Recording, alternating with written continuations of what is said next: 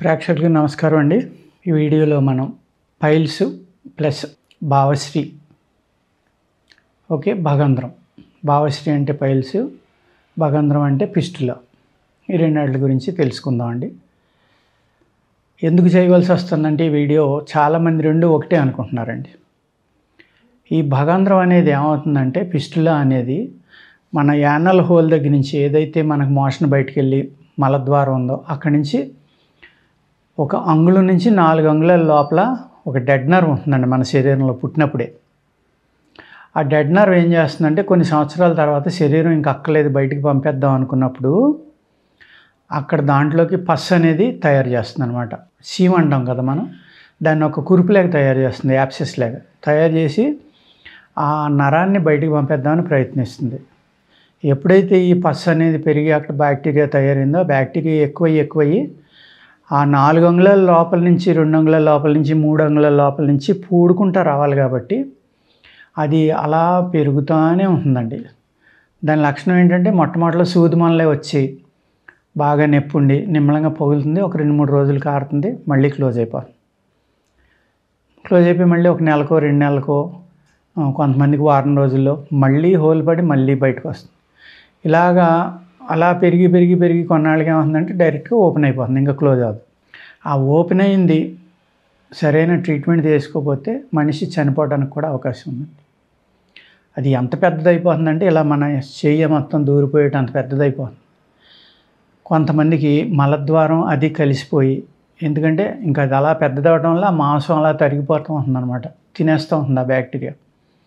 అది మలద్వారంలోకి హోల్ పడిపోవచ్చు, స్టమక్లోకి వెళ్ళిపోవచ్చు, అనేక రకాల ఇబ్బందులు వస్తాయన్నమాట. తర్వాత దానివల్ల ఏమవుతుంది, ఈ పస్సు, స్టూలు, బ్లడ్ అన్నీ కూడా ఆ హోల్లోంచి వచ్చేస్తూ ఉంటాయి కొంతమందికి, రేర్ కేసెస్లో. అంటే ఇంకా భయంకరమైన నొప్పి ఉంది, విపరీతంగా బ్లీడింగ్ అయిపోతూ ఉంటుంది, పస్సు వచ్చేస్తూ ఉంటుంది, వాటర్ లిక్విడ్ కింద కారిపోతుంది అనమాట. చాలా ప్రమాదకరంగా పరిగణిస్తుంది అది వదిలేస్తే. అలాగా అందరూ ఏమనుకుంటారంటే ఒకసారి వచ్చిందండి, పగిలింది, సీమ్ కారిపోయి తగ్గిపోయిందండి. మేము చెప్తూ ఉంటాం 3 నుంచి 6 నెలలు వాడాలి మందులు బాబు, అది ఆ లోపల నుంచి పూడుకుంటూ రావాలి అని చెప్పి ఒక టైప్ ఆఫ్ హెర్బ్ ఇస్తామండి. 1-2 రకాల మందులు ఉంటాయి, అవి ఇస్తాం. అది నూరి దానికి రాస్తూ ఉండాలన్నమాట. కొంచెం మండుతుంది లైట్గా, ఆ లోపల ఆ హోల్లో ఉన్న బ్యాక్టీరియాని బయట నుంచి చంపుతామండి.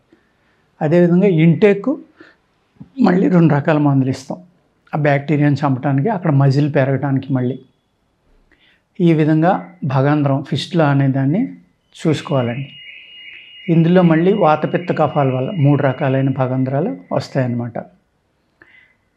ఆ 3 రకాల భగంధ్రాలు, వాతపిత్త కఫాలు కాకుండా ఇప్పుడు మనం పైల్స్ గురించి మాట్లాడుకుందాం.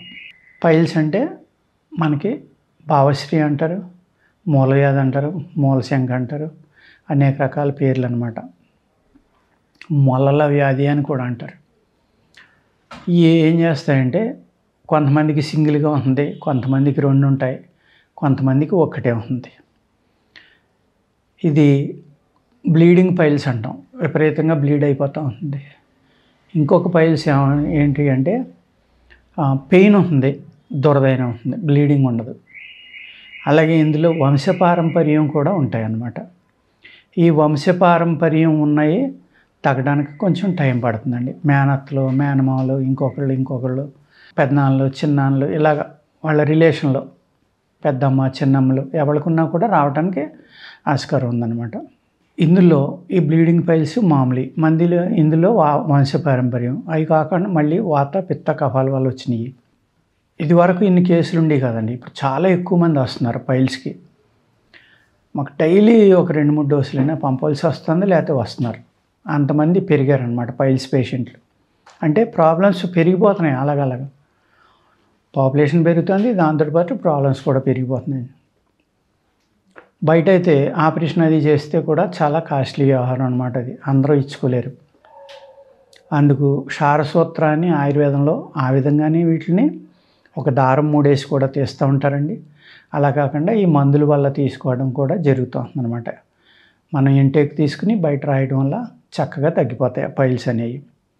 ఇవి కూడా మనం అశ్రద్ధ చేసి వదిలేసామనుకోండి, బాగా సైజు పెరిగిపోవడం, లేకపోతే మన ఏదైతే మలద్వారం ఉందో ఆ మలద్వారం దగ్గర ఫిషర్స్ అని కూడా అంటారు. అంటే మొత్తం రింగ్ అంతా గట్టిపడిపోయి చుట్టూరు పొక్కులాగా వచ్చేస్తుంది అనమాట. అది కూడా ఇందులో ఒక రకమే. ఈ పెద్దవి అయిపోవటం వల్ల ఏమవుతుందంటే మోషన్ ఫ్రీ అవ్వదండి, అవి అడ్డం వచ్చేస్తూ ఉంటాయి. ఆ ఒగ్గబెట్టికి బలవంతాన్ని వెళ్ళడం వల్ల ఏమవుతుంది, రప్చర్ అయ్యి బ్లీడింగ్ స్టార్ట్ అవుతుంది. ఈ ఎక్కువగా కాన్స్టిపేషన్ ఉన్న మనుషుల్లో ఈ పైల్స్ అనేది స్టార్ట్ అవుతుందండి. స్త్రీలు పురుషుల్లో కూడా కాన్స్టిపేషన్ ఎప్పుడు కూడా పైల్స్ ఉన్నవాళ్ళు ఫ్రీగా మోషన్ అయ్యేలాగా చూసుకోవాలి. అది చాలా ఇంపార్టెంట్ అనమాట.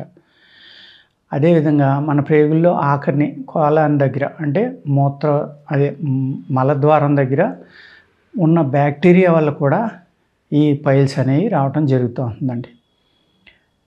జాగ్రత్తగా కడుక్కోపోవడం వల్ల, గోర్లు తగలడం వల్ల కూడా అక్కడ రప్చర్ అయ్యి కూడా అవి మళ్ళీ క్లోజ్ అవ్వడం, రప్చర్ అవ్వడం, ఆ విధంగా అది కాయ కింద కాసి కూడా ఇది రావడానికి అవకాశం ఉందన్నమాట.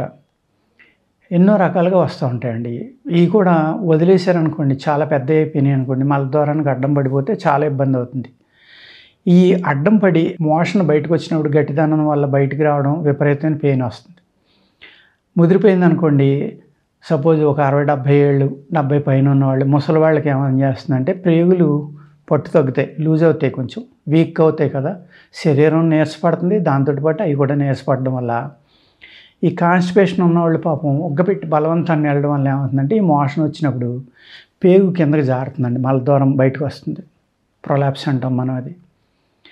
అది బయటకు వచ్చినప్పుడు ఏం చేయాలంటే మళ్ళీ డాక్టర్ దగ్గరికి వెళ్తే దాన్ని లోపలికి తోసి అనస్థీషియా ఇచ్చి ఆపరేషన్ చేసి ఒక మ్యాట్ లాంటిది వేస్తారు మళ్ళీ బయటికి రాకుండా. అదే ఆయుర్వేదంలో అయితే ఆ మజిల్స్ గట్టిపడడానికి ట్యాబ్లెట్స్ ఇచ్చండి, ఒక ఆయింట్మెంట్ కానీ ట్యాబ్లెట్ కానీ ఇస్తాం. అది అతి తొందరగా ఆ పేగుకి స్ట్రెంగ్త్ వచ్చి అది బయటికి జారటం ఆగిపోతుంది అనమాట. ఈ విధంగా అనేక రకాల ప్రాబ్లమ్స్ వస్తాయండి దీనివల్ల, ఈ పైల్స్ వల్ల. చాలామంది ఏమనుకుంటారంటే మేము చికెన్ తింటే ఎక్కువైపోతుందండి, లేదా మసాలా తింటే ఎక్కువ అవుతుంది, కారం తింటే ఎక్కువ అవుతుంది అంటారు. అది వాళ్ళకి వచ్చిన పైల్స్ ఏంటంటే పిత్తం వల్ల వచ్చిన పైల్స్ అనమాట. అదే వాతం వచ్చిన పైల్స్ అనుకోండి, వాళ్ళ ఆనవకాయ, దోసకాయ, పెసరపప్పు ఈ మూడాటిలో బీరకాయ కానీ ఇలాంటి చలవ చేసి పదార్థాలు తింటే పెయిన్ ఎక్కువైపోతూ ఉంది, ఇబ్బంది పెడుతూ ఉంటాయి. మీరు అబ్జర్వ్ చేసుకుని ఏం చేయాలంటే మీకు ఏది తింటే ఇబ్బంది వస్తుంది, పెయిన్ పెరుగుతుంది అంటే దాన్ని బట్టి మీ గుణం కూడా మీకు తెలిసిపోతుంది. దాన్ని బట్టి మీరు జాగ్రత్తగా చేసుకోవాలి. ఇందులో కందదుంప ఉంటుంది కదండి, మనం అడవి కంద అంటాం, అంటే లేకపోతే దురద కంద అంటాం. ఈ రెండిట్లో ఏదైనా పర్వాలేదండి. తీసుకుని మీరు అది చెక్కేటప్పుడే చేతికి తేలితే విపరీతం దురద వస్తుంది అనమాట.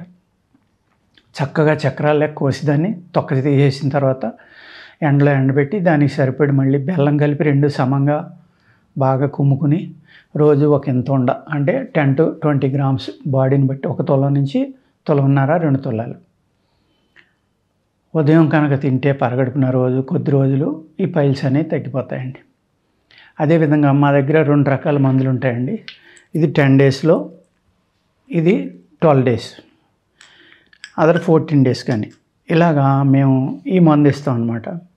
ఈ 2 ట్యాబ్లెట్లు వేసుకుంటే మీరు మోస్ట్ ఆఫ్ ది కేసెస్ అండి, అంటే మాకు ఈ 2 ట్యాబ్లెట్లు చేసిన తర్వాత ఆల్మోస్ట్ 90% అబోవ్ రిజల్ట్ ఉంది. హ్యాపీగా ఆపరేషన్ అక్కర్లేదు, ఏం అక్కర్లేదు, చాలా బాగా తగ్గుతుందండి. మంచి మందు చేయగలిగాం మేము. కేసులు కూడా చాలా ఎక్కువ వస్తున్నాయండి. ఇదివరకు ఇంతమందికి పైల్స్ ఉంటాయని మాకు తెలియదు నిజంగా. ఇప్పుడు చాలామంది ఇబ్బంది పడుతున్నారు. ఈ రకరకాల జంక్ ఫుడ్స్ తింటున్నా, లేకపోతే టైంలీ తినకపోవడం, మలబద్ధకం అనేది 100కి 60 మందిలో ఉందండి.